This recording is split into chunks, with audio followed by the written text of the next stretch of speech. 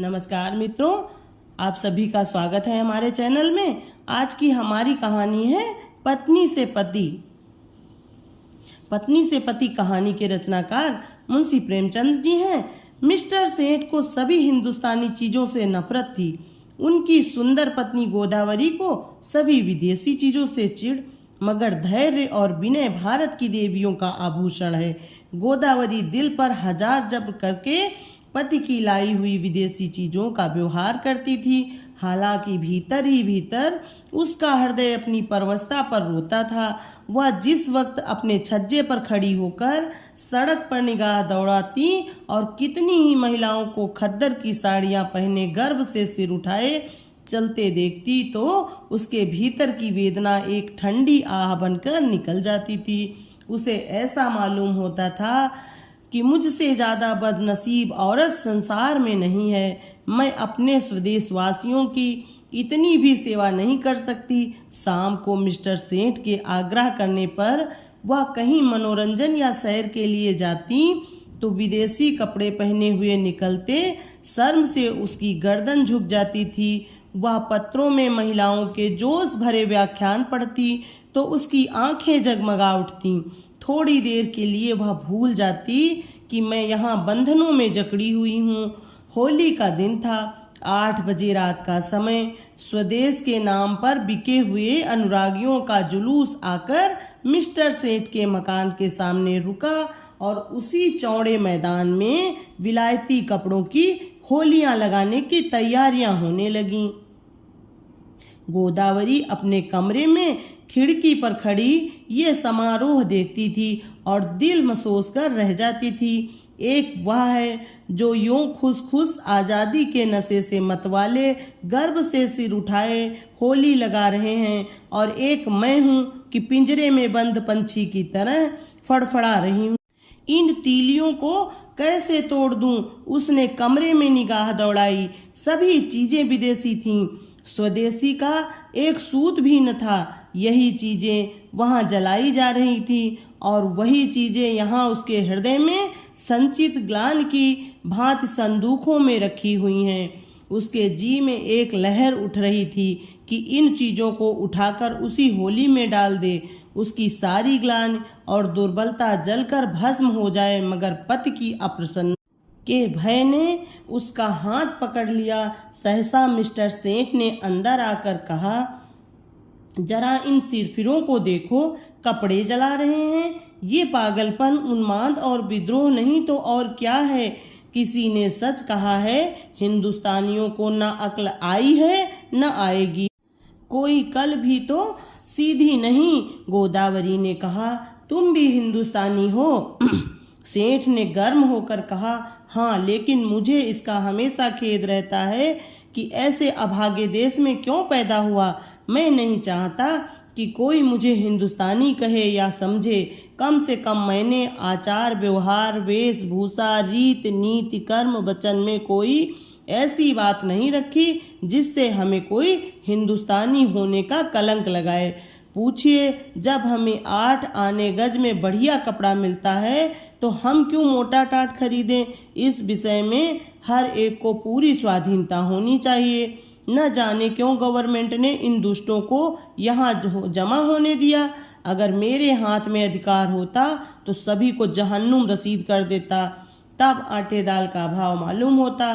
गोदावरी ने अपने शब्दों में तीक्ष्ण तिरस्कार भर के कहा, तुम्हें अपने भाइयों का जरा भी ख्याल नहीं आता? भारत के सिवा और भी कोई देश है जिस पर किसी दूसरी जाति का शासन हो? छोटे छोटे राष्ट्र भी किसी दूसरी जाति के गुलाम बनकर नहीं रहना चाहते।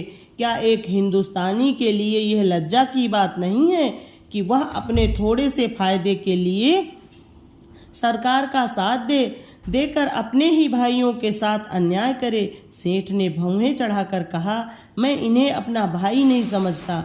गोदावरी, आखिर तुम्हें सरकार जो वेतन देती है वह इन्हीं की जेब से तो आता है। सेठ, मुझे इससे कोई मतलब नहीं कि मेरा वेतन किसकी जेब से आता है। मुझे जिसके हाथ से मिलता है वह मेरा स्वामी है। न जाने इन दुष्टों को क्या सनक सवार हुई है। कहते हैं भारत आध्यात्मिक देश है। क्या अध्यात्म का यही आशय है कि परमात्मा के विधान का विरोध किया जाए? जब यह मालूम है कि परमात्मा की इच्छा के विरुद्ध एक पत्ता भी नहीं हिल सकता, तो यह कैसे मुमकिन है कि यह इतना बड़ा देश परमात्मा की मर्जी के बगैर अंग्रेजों के अधीन है हो? क्यों इन दीवानों को इतनी अक्ल नहीं आती कि जब तक परमात्मा की इच्छा न होगी कोई अंग्रेजों का बाल भी बांका न कर सकेगा? गोदावरी, तो फिर क्यों नौकरी करते हो? परमात्मा की इच्छा होगी तो आप भोजन मिल जाएगा। बीमार होते हो तो क्यों दौड़े वैद्य के घर जाते हो? परमात्मा उन्हीं की मदद करता है जो अपनी मदद आप करते हैं। सेठ बेशक करता है, लेकिन अपने घर में आग लगा देना, घर की चीजों को जला देना ऐसे काम हैं जिन्हें परमात्मा कभी पसंद नहीं कर सकता।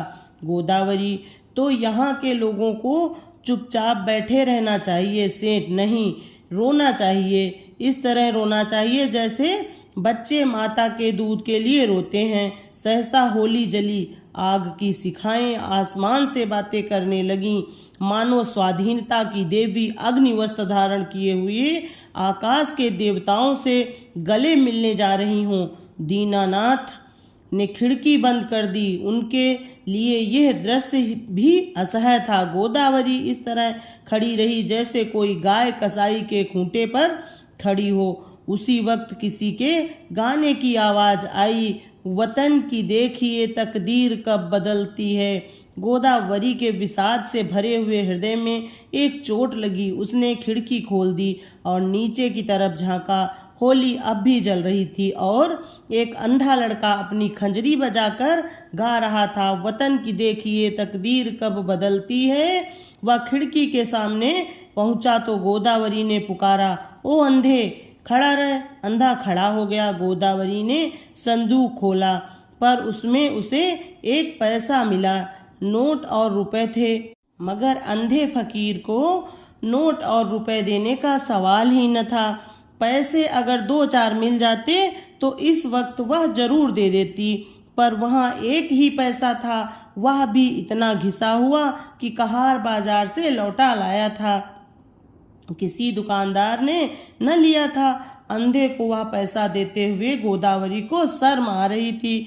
वह जरा देर तक पैसे को हाथ में लिए संशय में खड़ी रही। तब अंधे को बुलाया और पैसा दे दिया। अंधे ने कहा, माताजी कुछ खाने को दीजिए, आज दिन भर से कुछ नहीं खाया। गोदावरी, दिन भर मांगता है तब भी तुझे खाने को नहीं मिलता। अंधा, क्या करूं माताजी, कोई खाने को नहीं देता।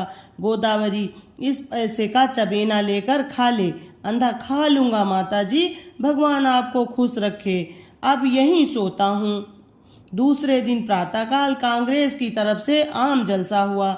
मिस्टर सेठ ने बिलायती टूथ पाउडर बिलायती ब्रश से दांतों पर मला, बिलायती साबुन से नहाया, बिलायती चाय बिलायती प्यालियों में पी, बिलायती बिस्किट बिलायती मक्खन के साथ खाया, बिलायती दूध पिया, फिर विलायती सूट धारण करके विलायती सिंगार मुंह में दबाकर घर से निकले और अपनी मोटरसाइकिल पर बैठ फ्लाईओवर शो देखने चले गए। गोदावरी को रात भर नींद नहीं आई। दुराशा और पराजय की कठिन यंत्रणा किसी कोड़े की तरह उसके हृदय पर पड़ रही थी। ऐसा मालूम होता था कि उसके कंठ में कोई कड़वी चीज अटक गई है। मिस्टर सेठ को अपने प्रभाव में लाने की उसने वह सब योजनाएं की जो एक रमणी कर सकती थी, पर उस भले आदमी पर उसके सारे हाव भाव, मृदु मुस्कान और वाणी विलास का कोई असर न हुआ। खुद तो स्वदेशी वस्त्रों के व्यवहार करने पर क्या राजी होते, गोदावरी के लिए एक खद्दर की साड़ी लाने पर भी सहमत न हुए। यहाँ तक कि गोदावरी ने उनसे कभी कोई चीज मांगने की कसम खा ली। क्रोध और ग्लानि ने उसकी सद्भावना को इस तरह विकृत कर दिया जैसे कोई मैली वस्तु निर्मल जल को दूषित कर देती है। उसने सोचा, जब यह मेरी इतनी सी भी बात नहीं मान सकते, तब फिर मैं इनके इशारे पर चलूं क्यों? इनकी इच्छाओं की लौंडी बनी रहूं। मैंने इनके हाथ कुछ अपनी आत्मा नहीं बेची है। अगर आज ये चोरी या गबन करें तो क्या मैं सजा पाऊंगी? उसकी सजा ये खुद झेलेंगे। उसका अपराध उनके ऊपर होगा। इन्हें अपने कर्म और वचन का अख्तियार है, मुझे अपने कर्म और वचन का अख्तियार है। यह अपनी सरकार की गुलामी करें, अंग्रेजों की चौखट पर नाक रगड़े, मुझे क्या गरज है कि उसमें उनका सहयोग करूं। जिसमें आत्माभिमान नहीं, जिसने अपने को स्वार्थ के हाथों बेच दिया, उसके प्रति अगर मेरे मन में भक्ति न हो तो मेरा दोष नहीं। ये नौकर हैं या गुलाम? नौकरी और गुलामी में अंतर है। नौकर कुछ नियमों के अधीन अपना निर्दिष्ट काम करता है। वह नियम स्वामी और सेवक दोनों ही पर लागू होते हैं। स्वामी अगर अपमान करे, अपशब्द कहे, तो नौकर उसको सहन करने के लिए मजबूर नहीं। गुलाम के लिए कोई शर्त नहीं, उसकी दैहिक गुलामी पीछे होती है, मानसिक गुलामी पहले ही हो जाती है। सरकार ने इनसे कब कहा है कि देसी चीजें न खरीद? सरकारी टिकटों तक पर ये शब्द लिखे होते हैं कि स्वदेशी चीजें खरीदो। इससे विदित है कि सरकार देसी चीजों का निषेध नहीं करती। फिर भी यह महाशय सुरखरू बनने की फिक्र में सरकार से भी 2 अंगुल आगे बढ़ना चाहते हैं। मिस्टर सेठ ने कुछ झेपते हुए कहा, कल फ्लावर शो देखने चलोगी? गोदावरी ने विरक्त मन से कहा, नहीं, बहुत अच्छा तमाशा है, मैं कांग्रेस के जलसे में जा रही हूँ। मिस्टर सेठ के ऊपर यदि छत गिर पड़ी होती या उन्होंने बिजली का तार पकड़ लिया होता तो भी वह इतने बदहवास न होते। आंखें फाड़कर बोले, तुम कांग्रेस के जलसे में जाओगी? हाँ, जरूर जाऊंगी।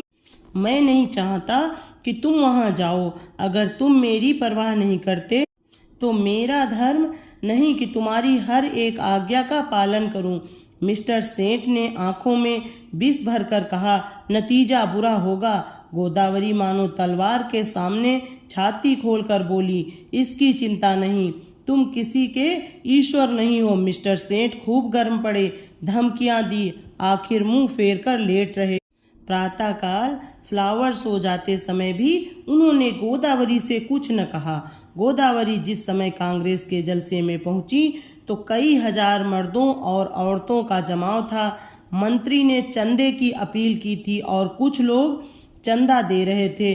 गोदावरी उस जगह खड़ी हो गईं जहां और स्त्रियां जमा थीं और देखने लगीं कि लोग क्या देते हैं। अधिकांश लोग 2-2, 4-4 आना ही दे रहे थे।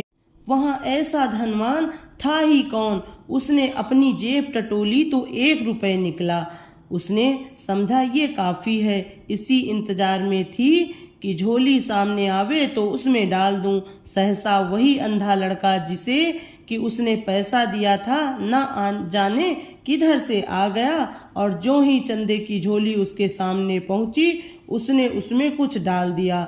सबकी आंखें उसकी तरफ उठ गईं। सबको कौतूहल हो रहा था कि अंधे ने क्या दिया, कहीं 1 आध पैसा मिल गया होगा। दिन भर गला फाड़ता है तब भी तो उस बेचारे को रोटी नहीं मिलती। अगर यही गाना पिशवाज और साज के साथ किसी महफिल में गाया होता तो रुपए बरसते, लेकिन सड़क पर गाने वाले अंधे की कौन परवाह करता है। झोली में पैसा डालकर अंधा वहां से चल दिया और कुछ दूर जाकर गाने लगा, वतन की देखिए तकदीर कब बदलती है। सभापति ने कहा, मित्रों देखिए, ये वह पैसा है जो एक गरीब अंधा लड़का इस झोली में डाल गया। मेरी आंखों में इस 1 पैसे की कीमत किसी अमीर के 1000 रुपए से कम नहीं। शायद यही इस गरीब की सारी विसात होगी। जब ऐसे गरीबों की सहानुभूति हमारे साथ है तो मुझे सत्य की विजय में कोई संदेह नहीं मालूम होता। हमारे यहाँ क्यों इतने फकीर दिखाई देते हैं? या तो इसलिए कि समाज में इन्हें कोई काम नहीं मिलता, या दरिद्रता से पैदा हुई बीमारियों के कारण ये अब इस योग्य ही नहीं रह गए कि कुछ काम करें, या भिक्षावृत्ति ने इनमें कोई सामर्थ्य ही नहीं छोड़ी। स्वराज्य के सिवा इन गरीबों का अब उद्धार कौन कर सकता है? देखिए, वह गा रहा है, वतन की देखिए तकदीर कब बदलती है। इस पीड़ित हृदय में कितना उत्सर्ग! क्या अब भी कोई संदेह कर सकता है कि यह किसकी आवाज है? पैसा ऊपर उठाकर आप में कौन इस रत्न को खरीद सकता है? गोदावरी के मन में जिज्ञासा हुई, क्या यह वही पैसा तो नहीं जो रात मैंने उसे दिया था? क्या उसने सचमुच रात को कुछ नहीं खाया? उसने जाकर समीप से पैसे को देखा जो मेज पर रख दिया गया था। उसका हृदय धक से हो गया। ये वही घिसा हुआ पैसा था। उस अंधे की दशा, उसके त्याग का स्मरण करके गोदावरी अनुरक्त हो उठी। कांपते हुए स्वर में बोली, मुझे आप ये पैसा दे दीजिए, मैं 5 रुपए दूंगी। सभापति ने कहा, एक बहन इस पैसे के दाम 5 रुपए दे रही हैं। दूसरी आवाज आई 10 रुपए, तीसरी आवाज आई 20 रुपए। गोदावरी ने इस अंतिम व्यक्ति की ओर देखा। उसके मुख पर आत्माभिमान झलक रहा था, मानो कह रहा हो कि यहाँ कौन है जो मेरी बराबरी कर सके। गोदावरी के मन में स्पर्धा का भाव जाग उठा। चाहे कुछ हो जाए, इसके हाथ में ये पैसा न जाए। समझता है इतने 20 रुपए क्या कह दिए, सारे संसार को मोल ले लिया। गोदावरी ने कहा 40 रुपए। उस पुरुष ने तुरंत कहा 50 रुपए। हजारों आंखें गोदावरी की ओर उठ गईं, मानो कह रही हों, अब आप ही हमारी लाज रखिए। गोदावरी ने उस आदमी की ओर देखकर धमकी से मिले हुए स्वर में कहा 100 रुपए। धनी आदमी ने भी तुरंत कहा 120 रुपए। लोगों के चेहरे पर हवाइयां उड़ने लगीं। समझ गए इसी के हाथ विजय रही। निराश आंखों से गोदावरी की ओर ताकने लगे, मगर ज्यों ही गोदावरी के मुंह से निकला 150 कि चारों तरफ तालियां पड़ने लगी, मानो किसी दंगल के दर्शक अपने पहलवान की विजय पर मतवाले हो गए हों। उस आदमी ने फिर कहा 250। गोदावरी बोली 200। फिर चारों तरफ से तालियां पड़ी। प्रतिद्वंदी ने अब मैदान से हट जाने ही में अपनी कुशल समझी। गोदावरी विजय के गर्व पर नम्रता का पर्दा डाले हुए खड़ी थी और हजारों शुभकामनाएं उस पर फूलों की तरह बरस रही थीं। जब लोगों को मालूम हुआ कि यह देवी मिस्टर सेठ की बीवी हैं, तो उन्हें ईर्ष्यामय आनंद के साथ उस पर दया भी आई। मिस्टर सेठ अभी फ्लाईओवर शो में ही थे कि एक पुलिस के अफसर ने उन्हें ये घातक संवाद सुनाया। मिस्टर सेठ सकते में पड़ गए, मानो सारी देह शून्य पड़ गई हो। फिर दोनों मुट्ठियां बांध ली, दांत पीसे, होंठ चबाए और उसी वक्त घर चले। उनकी मोटरसाइकिल कभी इतनी तेज न चली थी। घर में कदम रखते ही उन्होंने चिंगारियों भरी आंखों से देखते हुए कहा, क्या तुम मेरे मुंह में कालिक पुतवाना चाहती हो? गोदावरी ने शांत भाव से कहा, कुछ मुंह से भी तो बोल कहो, या गालियां ही दिए जाओगे? तुम्हारे मुंह में कालिक लगेगी तो क्या मेरे मुंह में न लगेगी? तुम्हारी जड़ खुदेगी तो मेरे लिए दूसरा कौन सा सहारा है? मिस्टर सेठ, सारे शहर में तूफान मचा हुआ है, तुमने मेरे रुपए दिए क्यों? गोदावरी ने उसी शांत भाव से कहा, इसलिए कि मैं उसे अपना ही रुपए समझती हूँ। मिस्टर सेठ दांत किटकिटाकर बोले, हरगिज नहीं, तुम्हें मेरा रुपए खर्च करने का कोई हक नहीं है। गोदावरी, बिल्कुल गलत। तुम्हारे रुपए खर्च करने का तुम्हें जितना अख्तियार है उतना ही मुझको भी है। हाँ, जब तक तलाक का कानून पास न करा लोगे और तलाक दे दोगे तब न रहेगा। मिस्टर सेठ ने अपना हैट इतने जोर से मेज पर फेंका कि वह लुढ़कता हुआ जमीन पर गिर पड़ा और बोले, मुझे तुम्हारी अक्ल पर अफसोस आता है। जानती हो तुम्हारी इस उद्दंडता का क्या नतीजा होगा? मुझसे जवाब तलब हो जाएगा। बतलाओ क्या जवाब दूंगा? जब यह जाहिर है कि कांग्रेस सरकार से दुश्मनी कर रही है, तो कांग्रेस की मदद करना सरकार के साथ दुश्मनी करना है। तुमने तो नहीं कांग्रेस की मदद, तुमने तो की। इसकी सजा मुझे मिलेगी या तुम्हें? अगर मैं चोरी करूं तो क्या तुम जेल जाओगे? चोरी की बात और है, यह बात और है। तो क्या कांग्रेस की मदद करना चोरी या डाके से भी बुरा है? हाँ, सरकारी नौकरी के लिए चोरी या डाके से भी कहीं बुरा है। मैंने ये नहीं समझा था। अगर तुमने ये नहीं समझा था तो तुम्हारी ही बुद्धि का भ्रम है। रोज अखबारों में देखती हो, फिर भी मुझसे पूछती हो। एक कांग्रेस का आदमी प्लेटफार्म पर बोलने खड़ा होता है तो 20 सादे कपड़े वाले पुलिस अफसर उसकी रिपोर्ट लेने बैठते हैं। कांग्रेस के सरगनाओं के पीछे कई मुखबिर लगा दिए जाते हैं, जिनका काम यही है कि उन पर कड़ी निगाह रखें। चोरों के साथ तो इतनी सख्ती कभी नहीं की जाती, इसलिए हजारों चोरियां और डाकों और खून रोज होते रहते हैं, किसी का कुछ पता नहीं चलता, न पुलिस इसकी परवाह करती है। मगर पुलिस को जिस मामले में राजनीति की गंध भी आ जाती है, फिर देखो पुलिस की मुस्तैदी। इंस्पेक्टर जनरल से लेकर कांस्टेबल तक एड़ियों तक का जोर लगाते हैं। सरकार को चोरों से भय नहीं, चोर सरकार पर चोट नहीं करता। कांग्रेस सरकार के अख्तियार पर हमला करती है, इसलिए सरकार भी अपनी रक्षा के लिए अपने अख्तियार से काम लेती है। यह तो प्रकृति का नियम है। मिस्टर सेठ आज दफ्तर चले तो उनके कदम पीछे रह जाते थे।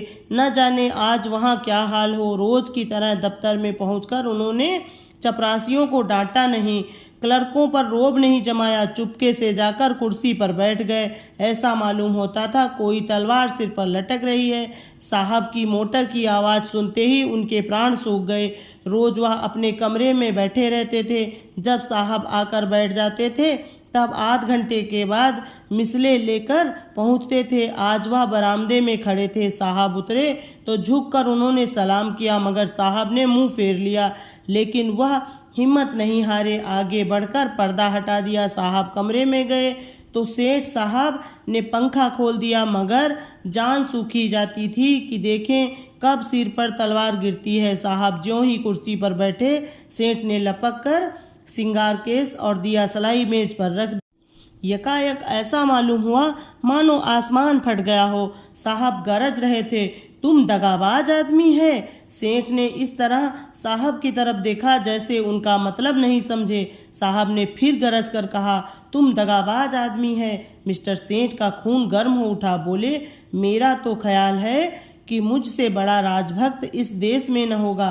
साहब तुम नमक हराम आदमी हैं। मिस्टर सेठ के चेहरे पर सुर्खी आई। आप व्यर्थ ही अपनी जबान खराब कर रहे हैं। साहब तुम शैतान आदमी हैं। मिस्टर सेठ की आंखों में सुर्खी आई। आप मेरी बेइज्जती कर रहे हैं। ऐसी बातें सुनने की मुझे आदत नहीं। साहब चुप रहो। यू ब्लडी, तुमको सरकार 500 रुपये इसलिए नहीं देता कि तू अपने वाइफ के हाथ से कांग्रेस का चंदा दिलवाओ। तुमको इसलिए सरकार रुपए नहीं देता। मिस्टर सेठ को अब अपनी सफाई देने का अवसर मिला। बोले, मैं आपको विश्वास दिलाता हूँ कि मेरी वाइफ ने सरकार मेरी मर्जी के खिलाफ रुपए दिए हैं। मैं तो उस वक्त फ्लाईओवर शो देखने गया था जब मिस फ्रॉक का गुलदस्ता 5 रुपए में लिया। वहां से लौटा तो मुझे ये खबर मिली। साहब, ओ तुम मुझे हमको बेवकूफ़ बनाता है। ये बात अग्निशिला की भांति ज्यों ही साहब के मस्तिष्क में घुसी, उनके मिजाज का पारा उबाल के दर्जे तक पहुंच गया। किसी हिंदुस्तानी की इतनी मजाल कि उन्हें बेवकूफ़ बनाए। वह जो हिंदुस्तान के बादशाह हैं, जिनके पास बड़े बड़े तालुकेदार सलाम करने आते हैं, जिनके नौकरों को बड़े बड़े रईस नजराना देते हैं, उन्हीं को कोई बेवकूफ़ बनाए, उसके लिए वह असह्य था। रूल उठाकर दौड़ा। लेकिन मिस्टर सेठ भी मजबूत आदमी थे। यूं वह हर तरह की खुशामद किया करते थे, लेकिन ये अपमान स्वीकार न कर सके। उन्होंने रूल को तो हाथ पर लिया और एक डग आगे बढ़कर ऐसा घूसा साहब के मुंह पर रसीद किया कि साहब की आंखों के सामने अंधेरा छा गया। वह इस मुष्टि प्रहार के लिए तैयार न थे। उन्हें कई बार इसका अनुभव हो चुका था कि नेटिव बहुत शांत, दब्बू और गमखोर होता है। विशेषकर साहबों के सामने तो उनकी जबान तक नहीं खुलती। कुर्सी पर बैठकर नाक का खून पोंछने लगा। फिर मिस्टर सेठ ने उलझने की उनकी हिम्मत नहीं पड़ी, मगर दिल में सोच रहा था कि इसे कैसे नीचा दिखाऊं। मिस्टर सेठ भी अपने कमरे में आकर इस परिस्थिति पर विचार करने लगे। उन्हें बिल्कुल खेद न था, बल्कि वह अपने साहस पर प्रसन्न थे। इसकी बदमाशी तो देखो, मुझ पर रूल चला दिया है। जितना दबता था उतना ही दबाया जाता था। मैम यारों को लिए घूमा करती है, उससे बोलने की हिम्मत नहीं पड़ती। मुझसे शेर बन गया, अब दौड़ेगा कमिश्नर के पास, मुझे बर्खास्त कराए बगैर न छोड़ेगा। यह सब कुछ गोदावरी के कारण हो रहा है। बेइज्जती तो हो ही गई, अब रोटियों को भी मुहताज होना पड़ा। मुझसे तो कोई पूछेगा भी नहीं। बर्खास्तगी का परवान आ जाएगा।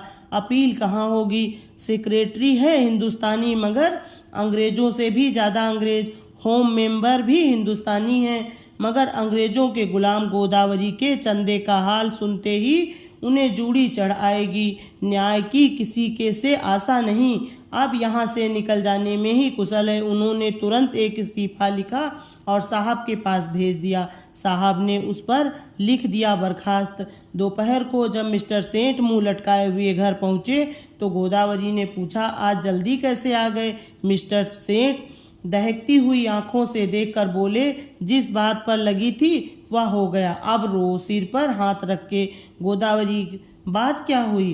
कुछ कहो भी तो। सेठ, बात क्या हुई? उसने आंखें दिखाई, मैंने चाटा जमाया और इस्तीफा देकर चला आया। गोदावरी, इस्तीफा देने की क्या जल्दी थी? सेठ, और क्या, सिर के बाल नुचवाता? तुम्हारा यही हाल है तो आज नहीं कल अलग होना ही पड़ता। गोदावरी, खैर जो हुआ अच्छा ही हुआ, आज से तुम भी कांग्रेस में शरीक हो जाओ। सेठ ने होंठ चबाकर कहा, लजाओगी तो नहीं, ऊपर से घाव पर नमक छिड़कती हो। गोदावरी, लजाऊं क्यों? मैं तो खुश हूं कि तुम्हारी बेड़ियां कट गईं। सेठ, आखिर कुछ सोचा है? काम कैसे चलेगा? गोदावरी, सब सोच लिया, मैं चलकर दिखा दूं। हाँ, मैं जो कुछ कहूँ वह तुम किए जाना। अब तक मैं तुम्हारे इशारे पर चलती थी, अब तुम मेरे इशारे पर चलना। मैं तुमसे किसी बात की शिकायत न करती थी। तुम जो कुछ खिलाते थे खाती थी, जो कुछ पहनाते थे पहनती थी। महल में रखते थे महल में रहती थी, झोपड़े में रखते झोपड़े में रहती। उसी तरह तुम भी रहना। जो काम करने को कहूँ वह करना, फिर देखूं कैसे काम नहीं चलता। बड़प्पन, सूट बूट ठाट